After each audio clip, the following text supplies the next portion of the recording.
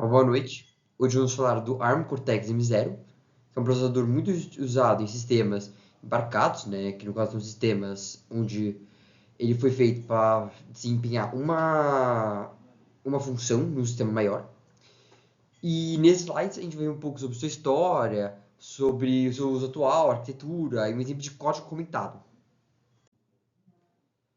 A nossa arquitetura utilizada é a ARM, que no caso é Advanced RISC Machine, que surgiu em 1983, sendo um conjunto entre a Korn Computers e a VLS Technology.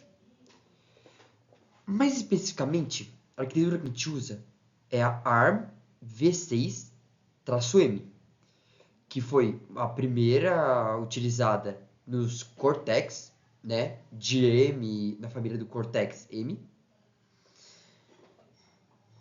E, basicamente, o mais importante disso foi que essa arquitetura era muito compacta. Ela tinha menos de 12.000 portas lógicas, e isso fez com que ele fosse muito importante por exemplo, automação, e além de ser um padrão em IOF, que no caso são redes entregadas, que utilizam bastante sensores para captar e compartilhar entre si informações. Isso fez com que várias empresas rivais, como a PIC e a AVR, tivessem que evoluir para conseguir chegar nesse nível de automação. Essa arquitetura ainda é muito utilizada em certos microcontroladores, como o STM32F0 da ST, o LPC800 da NXP, o NRF51 da Nordic e vários outros. E bem, algumas das suas aplicações são, por exemplo, em sensores, como eu já disse anteriormente, em wearables, em automação industrial e diversas outras aplicações, como por exemplo em modelos Bluetooth Low Energy, os BLA, eles usam esse M0 como núcleo principal, até hoje. Bem, a estrutura interna do ARM V6M possui um pipeline de 3 estágios, né, sendo a busca, a decodificação e a execução, além de a largura dessa arquitetura ser de 32 bits.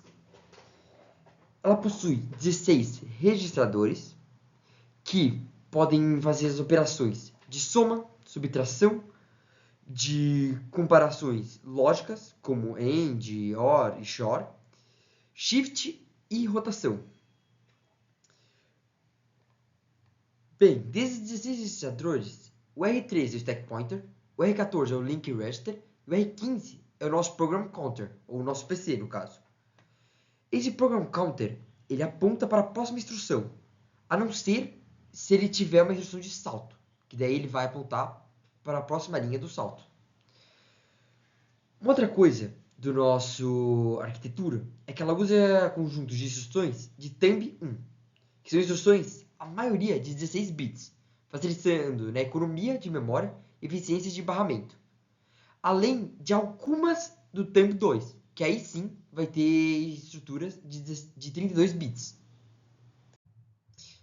O MO é um processador RISC, que no caso é um processador que possui um conjunto de instruções mais reduzidos e simples, com cada instrução focada em uma operação específica.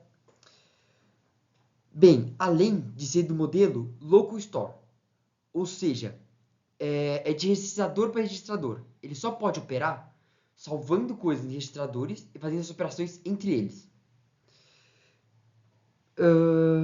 A maioria das instruções são de 16 bits, que no caso são do Thumb 1, a não ser as instruções do Thumb 2, que daí sim elas vão começar a usar 32 bits.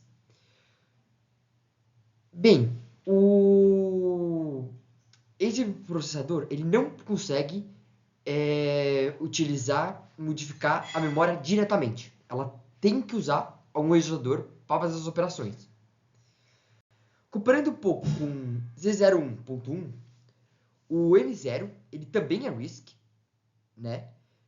Porém, ele tem um conjunto de instruções muito mais compacto. Além de ter, né, essa diferença do TAMP2, que ele pode usar 32 bits. Pegando um exemplo de código assembly da nossa CPU, peguei um simples aqui de adição, né, de duas constantes. E basicamente é o seguinte, a gente começa movendo a constante 5 para o nosso R0. Após isso, a gente move a constante 3 para o R1. A gente usa o comando add, que no caso do Cortex M0 é primeiro o endereço para onde vai ser mandado essa soma, depois nossas duas variáveis, né, que é nosso R0 e nosso R1, que está com 5 e 3, respectivamente. E a gente usa a instrução B, que é branch. Essa instrução basicamente vai ser um loop infinito para, enquanto o nosso código estiver rodando, o programa não termine. E obrigado por assistir. E espero que essa apresentação tenha ajudado a destacar como que o ARM Cortex M0 foi tão importante para a automação de sensores e de sistemas IoT. Bem, muito obrigado e tchau, tchau.